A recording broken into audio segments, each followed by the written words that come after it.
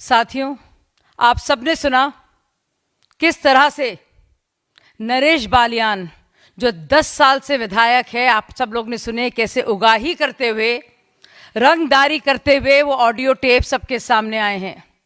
अब साथियों मैं बताती हूँ एक बहुत ही संवेदनशील मुद्दे के बारे में।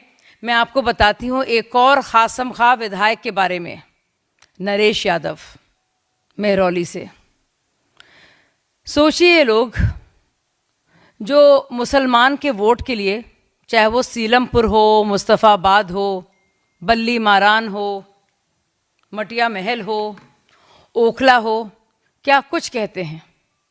ये वो लोग हैं साथियों, 2017 में जब पंजाब में असेंबली चुनाव होने जा रहे थे, सोचिए किस तरह से अपनी राजनीतिक ज़मीन तैयार की है इन लोगों ने।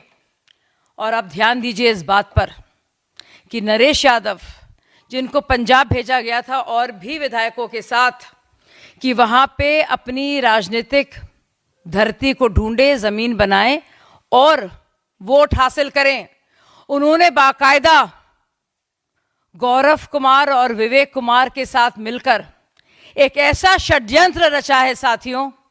ये है बात कुरान शरीफ की बेअदबी की। बाकायदा मलेरकोटला में सड़क पर कुरान शरीफ के फटे हुए पन्ने पाए गए, जिसको लेकर कंप्लेंट की गई।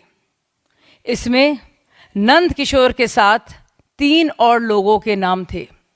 साथियों, मलेरकोटला की कोर्ट जो पहले संगरूर होती थी, वहाँ के एडिशनल सेशंस जज ने मामले को रफा दफा किया। नरेश यादव बाहर आ गए। हालांकि अरविंद केजरीवाल का बयान है कि मैं इसमें जस्टिस दिलवाऊंगा, और ये माना गया कि सबूत कम है, नाकाफ़ी हैं। लेकिन 3 दिन पहले की बात है, हालांकि बहुत बड़ी खबर है ये, लेकिन इसको दबाने की कोशिश की जा रही है।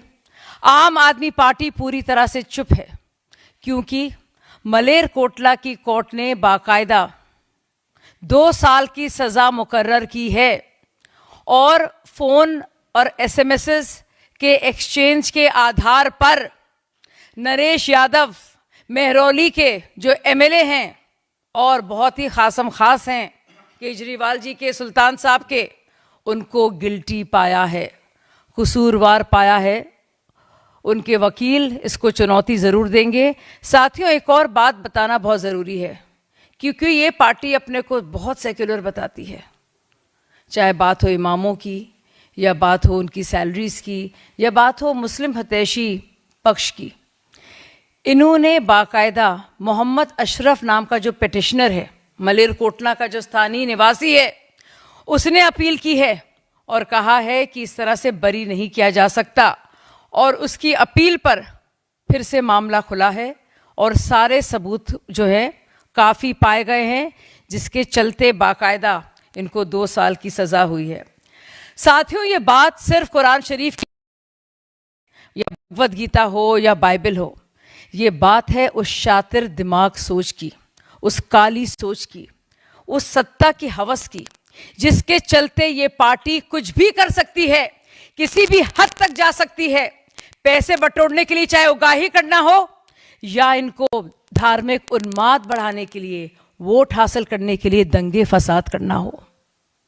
अरविंद केजरीवाल कहते थे, और मैं उनको राखी बांधती थी, और हम सब लोगों ने मिलकर आम आदमी पार्टी बनाई थी। साथियों, क्या कहते थे अरविंद केजरीवाल? जगह जगह जाकर कहते थे, ऐसे इंसान को वोट दो, ऐसे एमएलए का चयन करो, जैसे बेटी के लिए दामाद ढूंढते हो। तो ये वक्त आ गया है साथियों। एक ज़रूरी बात मैं कहना चाहूँगी, अब लोगों को सोचना है और चुनना है कि फिरौतीबाज, रंगदार, मुनाफाखोर, भ्रष्ट लोगों के साथ दिल्ली की जनता को निजात दी जाएगी, या हम लोग इसी तरह से बदहाल दिल्ली की दुर्दशा को देखते रहेंगे। एक और ज़रूरी सवाल ये केजरीवाल जी के लिए है, उनके साथ साथ चाहे वो शोएब हों या फिर अमानतुल्लाह खान हो। मैं ये कहना चाहूँगी कि दिल्ली में हर जगह जब चुनाव का प्रचार हो, नरेश यादव जी की बात और जिस तरह से कुरान शरीफ के पन्ने फाड़ने पर और उनको ज़मीन पर फेंकने पर जिस तरह से मामला आया है, मैं चाहूँगी कि केजरीवाल जी जगह जगह नरेश यादव की इस काली करतूत के बारे में बताएं। ख़ास तौर से जैसे कि मैंने पहले कहा, मुस्तफ़ाबाद में जाएं, सीलमपुर जाएं, मटिया महल जाएं, ओखला जाएं। साथ ही साथ उनके एक और ख़ास मित्र अखिलेश यादव जी, जो पार्लियामेंट में संबल को लेकर बड़े उग्र हो रहे हैं, ये वो भी जवाब दें। वो भी बुलाएं जब यूपी में चुनाव हो और लेके जाएं। नरेश यादव तो खैर जेल में होंगे, लेकिन अरविंद केजरीवाल ज़रूर जाएं और बताएं कि मुसलमानों के प्रति उनके जज्बातों के खिलवाड़ को लेकर ये पार्टी क्या कुछ नहीं कर सकती है। ये पार्टी इतनी ख़तरनाक जगह पे आ गई है मेरे साथियों, और इतनी भयावह जगह है ये कि इनका यहाँ से लौटना बहुत मुश्किल है। चाहे वो संदिग्ध अपराधी हों या आतंकवादी हों या गैंगस्टर्स हों, आम आदमी पार्टी की काली करतूतों का भंडा फोड़ करना बहुत ज़रूरी है।